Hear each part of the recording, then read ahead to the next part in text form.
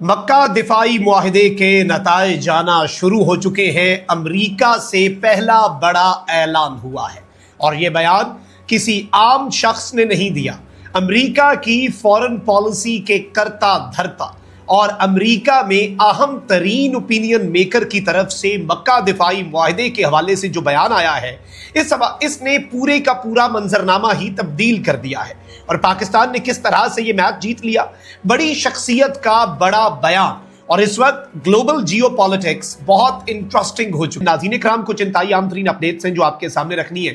Situation اس وقت بہت تیزی سے تبدیل ہو رہی ہے۔ مشرق وسطیٰ کے اندر ایک ڈیڈ لاک ہے امریکہ اور ایران کے درمیان، نہ تو جنگ ہے لیکن نہ ہی امن ہے، اور اب بیانات اس جانب ایک بہت واضح اشارہ ہے کہ there is a very big deadlock right now, اور یہ ڈیڈ لاک جو ہے یہ اتنی آسانی سے ہمیں ختم ہوتا ہوا نظر نہیں آ رہا۔ ایک طرف تو ایرانی پاسداران انقلاب کے سربراہ میجر جنرل احمد واحدی نے کہا ہے کہ ایران نے شدید حملوں کے دوران کامیاب جارحانہ اور دفاعی کارروائیوں کے ذریعے دنیا کی تاریخ کی سب سے بھاری ہتھیاروں سے لیس فوج کو گھٹنے ٹیکنے پر مجبور کر دیا، اور اب انہوں نے کہا کہ آیت اللہ مجتبی خامنائی کی قیادت میں میدان جنگ کے جدید انتظام اور اللہ تعالیٰ کی مدد کے ذریعے ایرانی فورسز نے دنیا بھر کے مظلوم عوام میں مزاحمت کے نئے راستے کھول دیے ہیں۔ انہوں نے اپنے پیغام کے اختتام پر امید ظاہر کی کہ خطے کے مظلوم اور ثابت قدم عوام خصوصاً فلسطین اور لبنان کے لوگوں کی مشکلات جلد ختم ہوں گی۔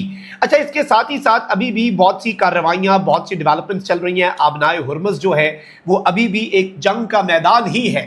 روزانہ وہاں سے کوئی گزرنے کی کوشش میں ٹینکر پر حملہ ہو جاتا ہے۔ امریکہ ایران کی ناکہ بندی کیے ہوئے، امریکہ کی اجازت سے کوئی گزرے تو ایران ٹھوک دیتا ہے، ایران کی اجازت سے کوئی گزرے تو امریکہ راستہ روک لیتا ہے۔ اور اب ایک اور بڑی اہم ترین ڈیولپمنٹ ہوئی ہے ناظرین اکرام کہ جنگ کا ماحول دوبارہ سے بنتا ہوا نظر آ رہا ہے، اور ایران کو بھی یہ بات سمجھ آ رہی ہے کہ شاید اب امریکہ جو ہے وہ ان دا نیکسٹ سٹیپ ایران کے خلاف زمینی کارروائی کرے۔ سربراہ ایرانی عدلیہ غلام حسین محسنی نے آبنائے ہرمز کو ایران کا ناقابل تقسیم حصہ قرار دیتے ہوئے کہا کہ ایران کے علاقائی یا سرحدی حصے میں کسی بھی قسم کی مہم جوئی کا فیصلہ کن جواب دیا جائے گا۔ اس سٹیٹمنٹ کی وجہ کیا ہے، اس کی ضرورت کیوں پڑی؟ یہ بہت واضح ہے کہ امریکہ ایران کے کچھ علاقوں کے اوپر زمینی آپریشن بھی کر سکتا ہے اگر مذاکرات ناکام ہو۔ پھر ایرانی دارالحکومت تہران ہے، اس میں ایک بہشت زارہ قبرستان ہے۔ اس قبرستان کے سی ای او نے اعلان کیا ہے کہ تہران کی شہری حدود سے باہر ایک مقام کو ممکنہ جنگی حالات میں امریکی فوجی اہلکاروں کی عارضی تدفین کے لیے ہم نے تیار کر دیا ہے۔ انہوں نے کہا کہ یہ اقدام غیر معمولی حالات سے نمٹنے کی تیاریوں کا حصہ ہے، اور ہم نے 5000 قبروں کی تیاری کر لی ہے، اور ہم عارضی طور پر جس امریکی فوجی کو ماریں گے تو ہم انہیں یہاں پر دفن کر دیں گے، اور جو ایک نظام ہوتا ہے تاکہ ایک کرائسس سے بچا جا سکے۔ یہ اشارہ بھی اسی طرف ہے کہ بھائی ایران یہ میسج دے رہا ہے کہ ہم ایک بڑی کارروائی کے لیے تیار ہیں، اور ہم زمینی جنگ بھی اگر ہوتی ہے تو آن گراؤنڈ بھی امریکہ کو بہت زیادہ ٹف ٹائم دے سکتے ہیں اور امریکہ کو ہٹ کر سکتے ہیں۔ اب یہ ساری باتیں اپنی جگہ، لیکن اب ایک اور بڑی انٹرسٹنگ ناظرین کرام ڈیولپمنٹ ہوئی ہے، اور وہ ہوئی ہے امریکہ میں۔ امریکہ میں آپ کو پتا ہے کہ اب باتیں ہو رہی ہیں، اور ہم تو پہلے دن سے یہ کہہ رہے ہیں کہ چاہے وہ ایس ایم ڈی اے تھا پچھلے سال پاکستان اور سعودیہ کے درمیان، دیر واز اے ریزن کہ ایران نے اس کا خیر مقدم کیا تھا۔ ایران نے اس کا خیر مقدم اس لیے کیا تھا کیونکہ ایران کو پتا تھا کہ اب امریکہ پر ریلائنس کم ہوگی عربز کی۔